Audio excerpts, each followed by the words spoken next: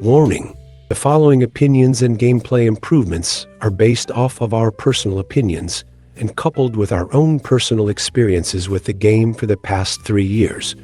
If you have any issues with the opinions we present, or have suggestions of your own you would like to air, please leave a constructive comment below. We would love to hear your take on it, and thank you for watching.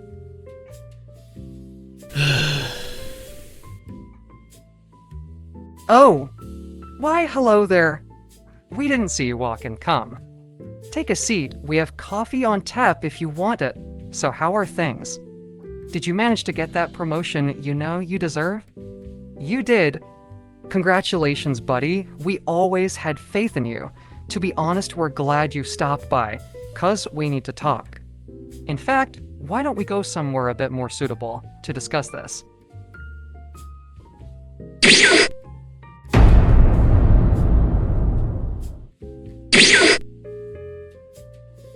There we go. We'll just take a sip of our coffee and we will. That's one moment.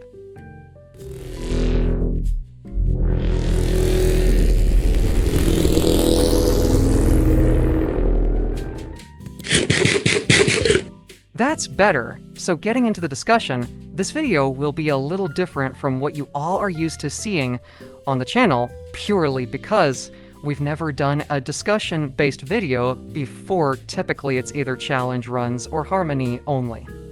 And until recently, we have not had the skills to do such a thing.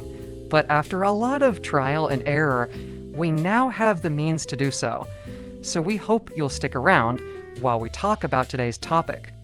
Today, we'll be talking about Genshin Impact, and in case you have never heard of this game, or just don't like gacha games in general, then you're free. You sweet, sweet summer child. Go embrace your life, full of untainted innocence, the rest of you. Follow us as we go further down this rabbit hole, and we tell you how Genshin Impact can improve and be the game we all want it to be. But before we get into the first section, we would just like to thank Tectone. Yes, the salt of the earth, and Mr. Gravestone himself, and a few other bigger names in the gacha space, who for the past 3 years have been striving to make this diamond in the rough shine as brightly as we all know it can. So thank you all.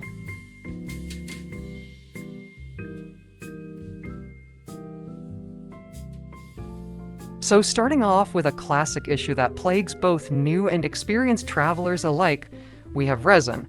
Now, if you have never played Genshin, resin is a consumable resource that once emptied, refreshes at a rate of 1 resin every 8 minutes.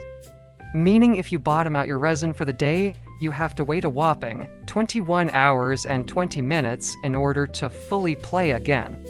But unfortunately, that's not the only issue with resin. As stated, resin is a problem for both travelers new and experienced, but why? Well, that is elementary, our dear Watson. You see, resin is key for almost everything regarding progress in this game. Need boss materials, that's 40 resin. Weekly bosses, 60 resin. Artifacts and character talents, that's 20 resin per domain. And that is without factoring in the Mora and experience ley lines. So, the question is, why doesn't Hoyoverse just buff resin? And the simple answer is, they already have. You see, when the game first released, the original resin cap was 120, which was then buffed to the current amount we have today. So how do we fix it? Well, there's a few ways to optimize and solve the resin shortage crisis. Firstly, by adding a resin overflow with a maximum reserve of 2,400, just like Star Rail. And once resin has fully recharged, this reservoir will start to save 1 resin for every 5 minutes passed, solving the resin overcap issue. Suggestion number 2, increase the maximum resin cap to 240, because we all know more resources equals more fun.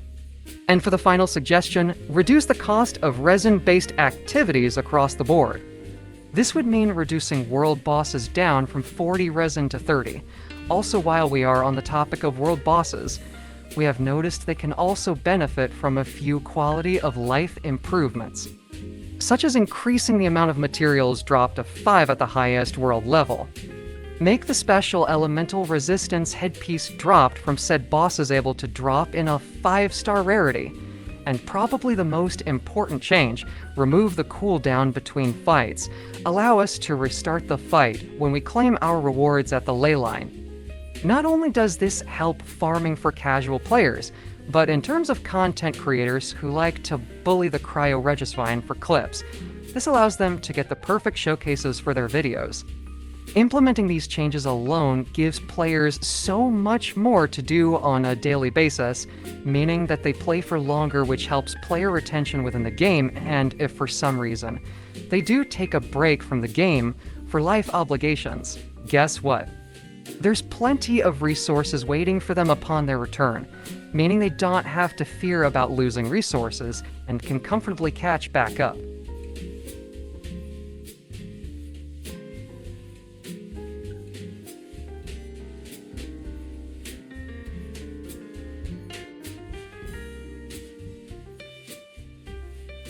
So this particular section hurts our soul to talk about, because when the teapot was released, we were so excited, like seriously probably more than we should have been, to being able to make your own mini-worlds.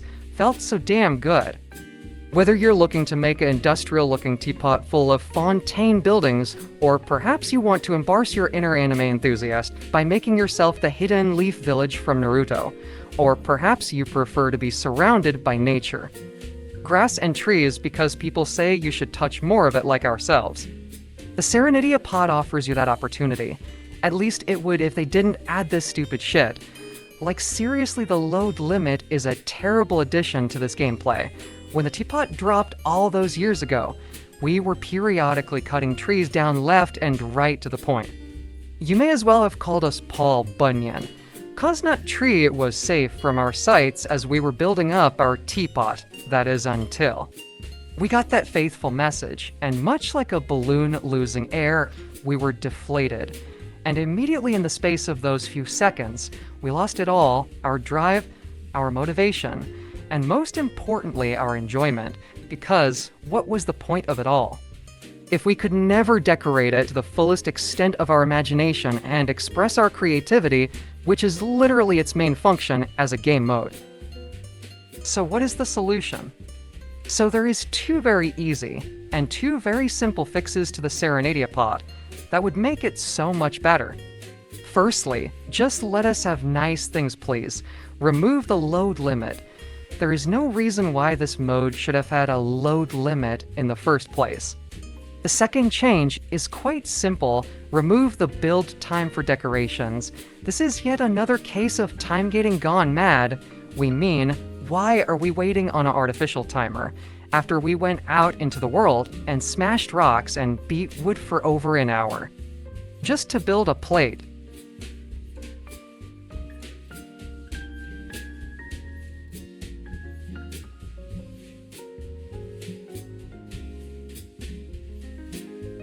Hoo boy. The one system that no matter who you are, or how good at the game you are, has shafted you good, and didn't even have the decency to call you afterwards. Yes, depending on where you are in the game, we can all agree that farming artifacts sucks. There is nothing more deflating than, after what feels like 30,000 resin, finally getting that god piece. That one piece that would take you favorite character from 0 to hero in an instant. But ends up rolling nothing but flat defense. Now, while that is a benefit for tech companies worldwide who replace all those smashed screens, for the players it is an anger and frustration akin to stubbing your toe on the coffee table that you yourself put there. But forgot was there because you were zoning out. Rolling all defense on a fantastic artifact is the quickest way to make us say, fuck this shit, I'm out. No thanks. Don't mind me. I'ma just grab my stuff and leave. Excuse me, please. Fuck this shit, I'm out. Nope. Fuck this shit, I'm out. Alright then. I don't know what the fuck just happened, but I don't really care. I'ma get the fuck up out of here. Fuck this shit, I'm out. Thankfully, we have 4 suggestions on how artifacts can become less of a hassle to get and optimize for your units. Suggestion 1, remove the flat HP, attack and defense as possible substats from the list, And before you say it, no, this will not diminish the grind, as not only do you still have to get your desired substats from the remaining 7, you also still have to roll them well, and if that's not enough RNG for you, then damn what kind of things have you grinded for in the past that is casual in comparison. Getting into the second solution, now, we all know farming artifacts sucks, but the piece that is usually worst for most players is the elemental goblets without fail. So the solution is rather simple. Rather than having 7 separate elemental goblets and a physical goblet, it makes much more sense to just consolidate all 7 elemental goblets into one flat-out elemental damage goblet. And again, while it may seem like it would diminish the grind, remember you still need to contend with the RNG of rolling the appropriate main stat you need, and also the appropriate substats that you desire for your chosen character. Remember, these changes are supposed to be optimizations and encourage players of all skill levels to engage long-term with these gameplay cycles. For the final solution, add artifact loadouts. Give us the option to make multiple loadouts for various occasions and situations that allow us to test or tackle current content or even future content further down the line. As for how these loadouts would look, here's an example for how these loadouts could potentially look.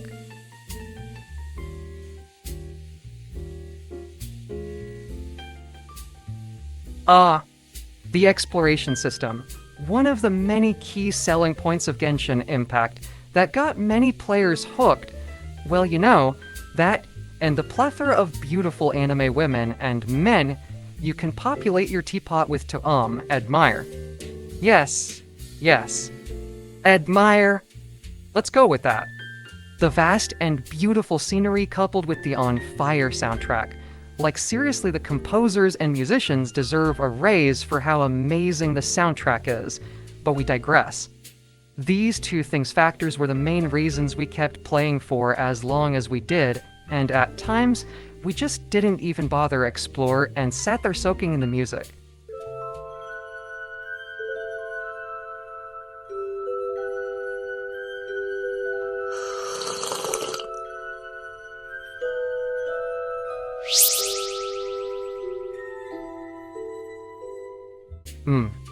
Oh! Oops, sorry about that. We couldn't help ourselves. Back to the topic at hand.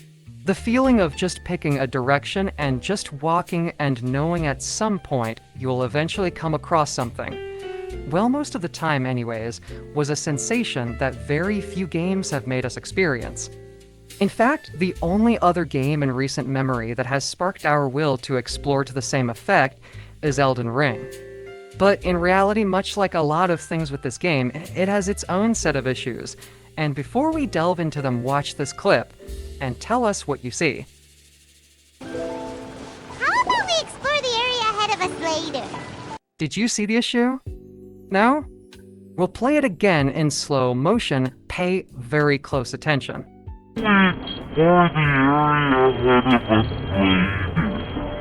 That's right. When you arrive in an area you cannot progress into, the game tells you no and takes control of your character.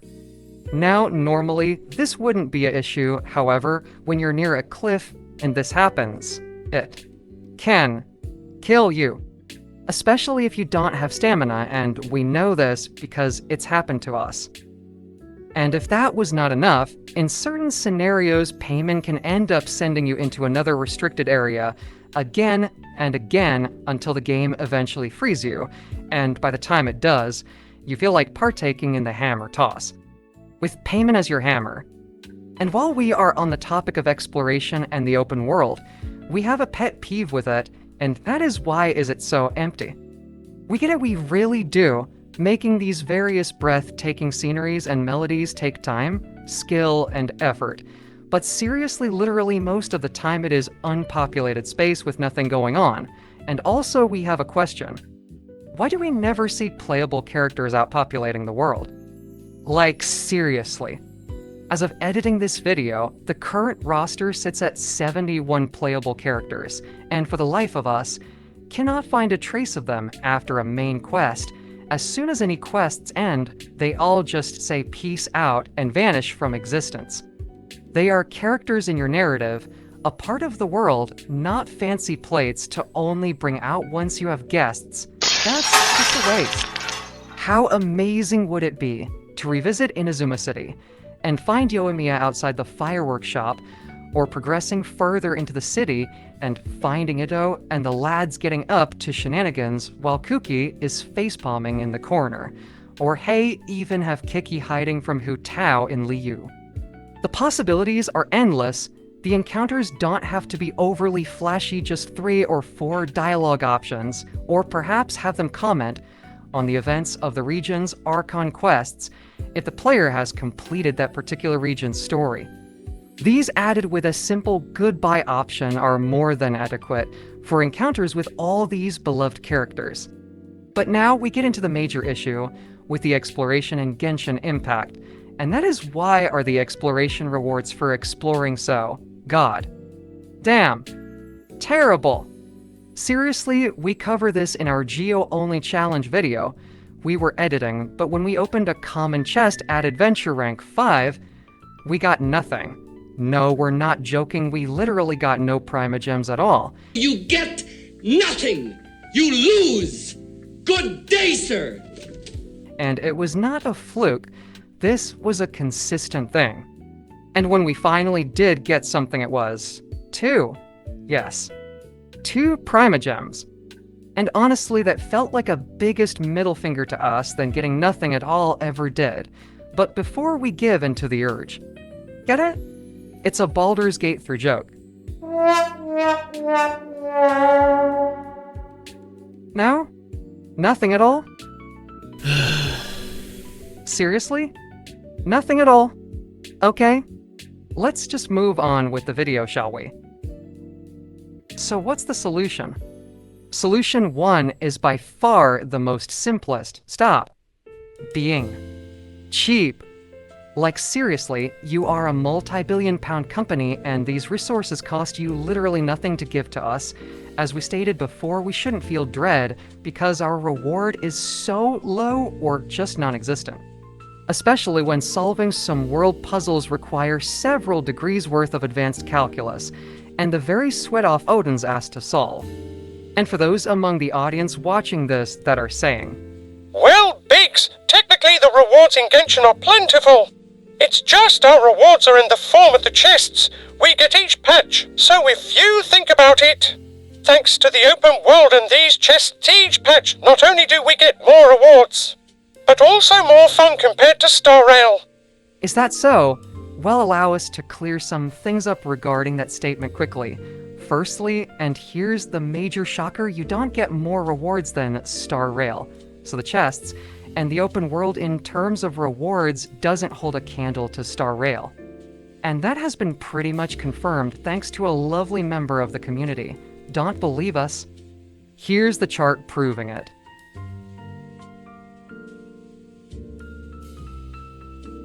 And regarding your second point about having more fun than Star Rail, fun is a rather subjective thing. What one person enjoys, another may not enjoy as much. So if you do have fun running around gathering mint and berries, then we're happy for you. And you live your best life, but in our experience by the time we got to the Sumeru Desert, we knew that was it for us. The repetitive nature of each region was just so boring. Like seriously, while we did enjoy the scenery and music, with Genshin collecting 271 floating lettuces for no reward is not our idea of a good time. Also, we hear the argument about Star Rail having to try harder than Genshin a lot. And we would like to weigh in and tell you that based on our humble opinion, Star Rail's overall design is better than Genshin. Wait. Put down the pitchforks and let us explain. You see, the main appeal of Genshin is that it is an open world, but as stated earlier, even though this is the case, it often leaves the world feeling empty and bare.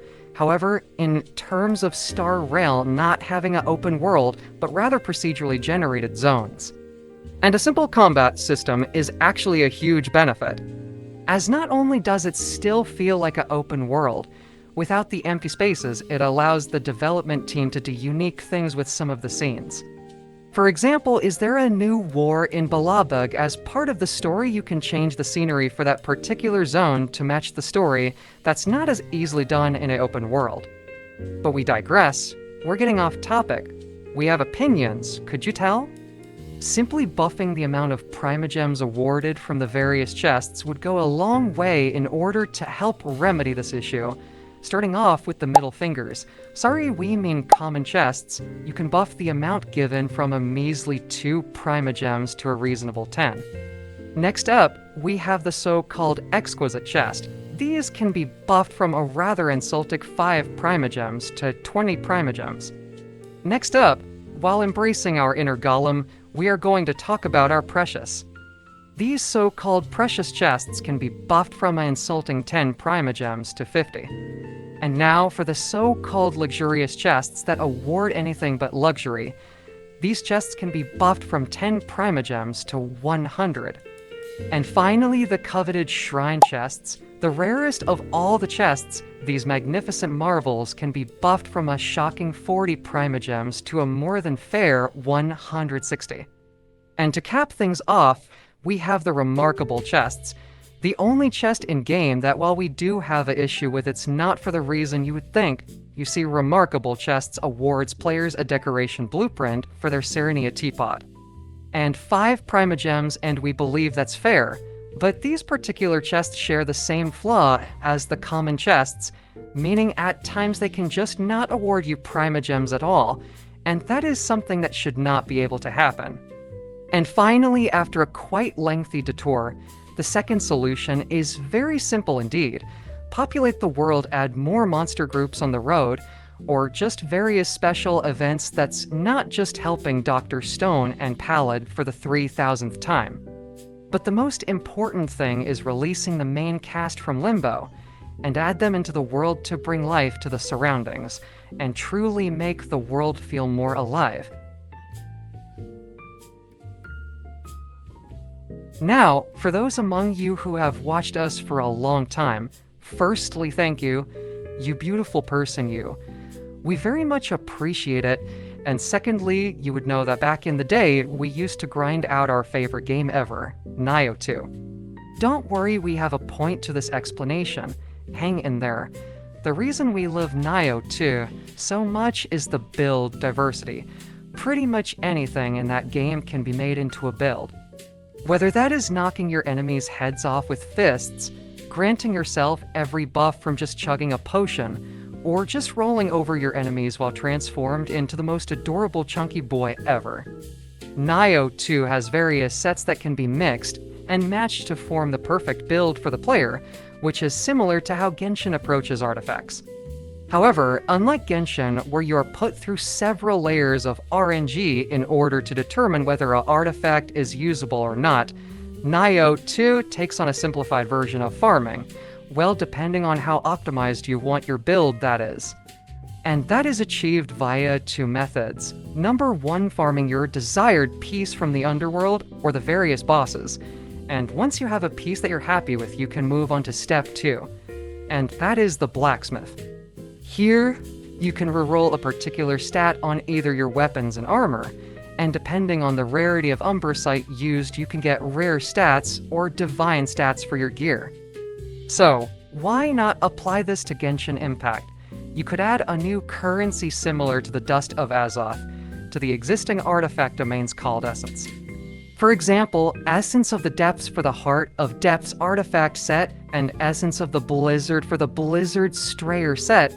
Not only would this essence be rewarded by clearing the appropriate domains, but also from dismantling 5-star artifacts for say 20 apiece.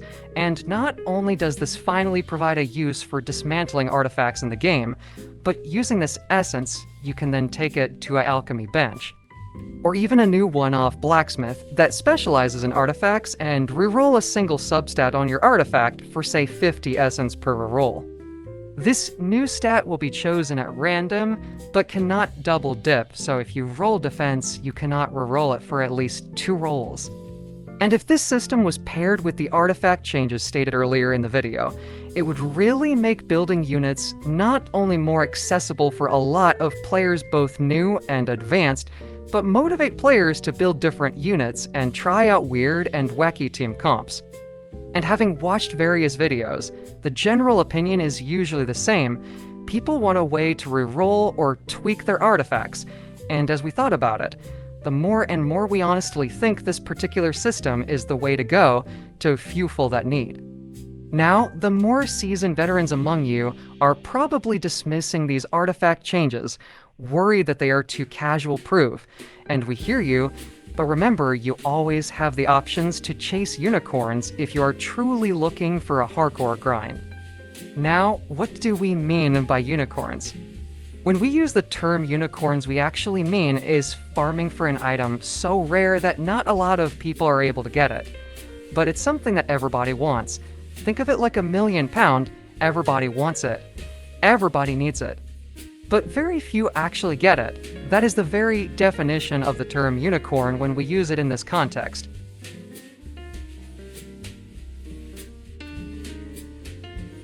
The daily grind. Our allotted time every 24 hours to log on for 5 minutes. Get our sprinkle of chicken feed until we have to log off, only to log back in at the same time tomorrow, to rinse and repeat the cycle like some kind of zombie.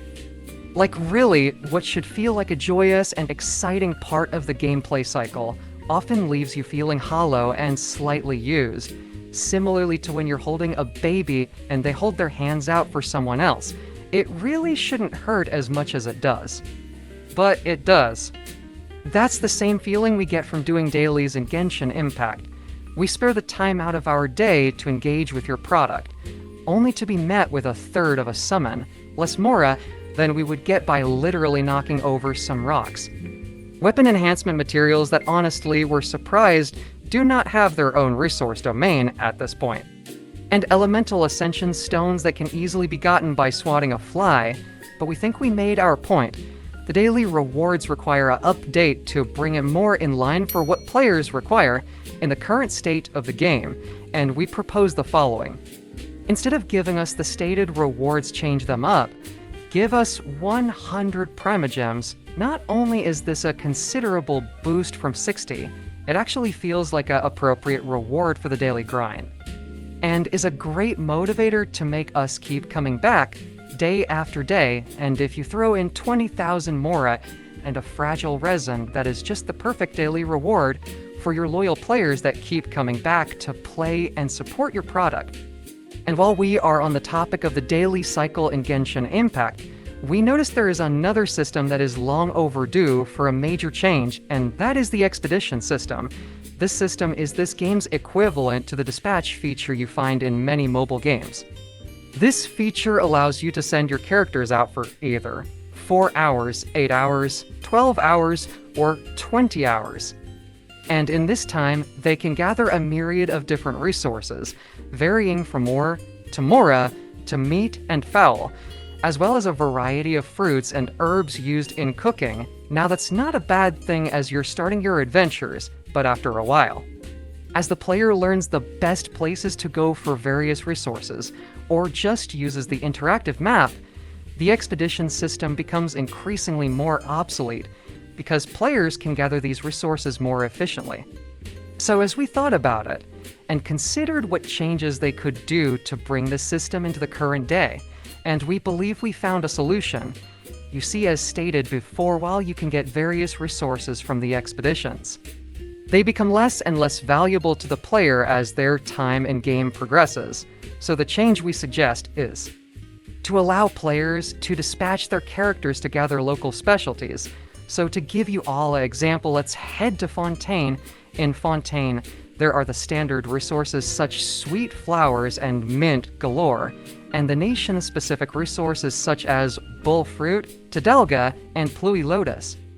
On top of this, players should be able to select from a list of regional specialties, such as barrel conch, lakelight lilies, lumideuse bell, lamidale, rainbow roses, romaritime flower, Spring of the first dewdrop and sub-detection units, not only will these resources always be required at some point for character ascensions and talent materials, but as of reaching Fontaine, these resources are also required to unlock the new free-to-play weapons, meaning their value does not diminish, and with the resources already out in the world, this further helps players build their ever-expanding roster of units, meaning that this once obsolete gameplay mechanic now becomes a fundamental tool in order to maximize and progress your account.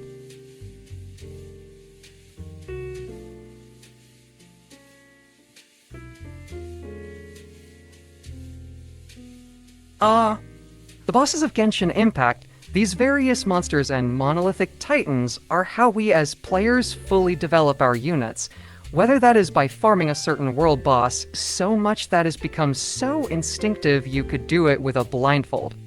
Or maybe you're fighting the weekly bosses for their unique materials that are used for enhancing a character's talents past level 6.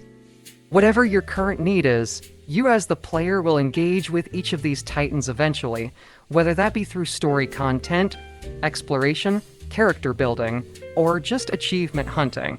It is inevitable that these challenges will have to be overcome, so we have to ask, why is the experience just so unnecessarily drawn out? We covered this subject a little bit earlier in the artifact section of this video, but if there is one thing that Genshin Impact does repeatedly, it is time-gating any semblance of fun that can be had in this game. And the bosses are just as guilty of this phenomenon as anything else. But none more so than the weekly bosses we mean seriously. Why can we only fight our chosen weekly boss once per week? Do they need therapy afterwards or something? It's good to see you again, Miss A. How have you been since our last session? Miss A, are you okay? I'm sorry, Doctor. It's been a really rough week. That's okay, Miss A. Take your time, whenever you're ready. Thank you, Doctor. I'm sorry. It was just so horrible. I understand this is not easy to talk about. Please take your time, Miss A. There I was, meditating on the concept of eternity in the plane of euthymia. And everything was looking like a run-of-the-mill day until it happened. That's when I saw her. Her and that stuffed rabbit of hers. Oh, dear God. 3 minutes, Doctor.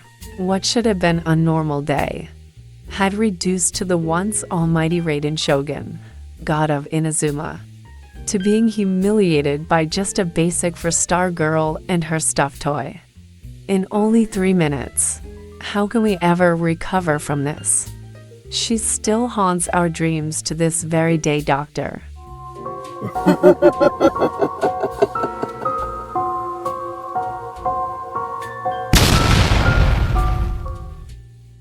So as stated before, the weekly bosses offer unique materials that are used to upgrade a character's talent level from level 6 to 10.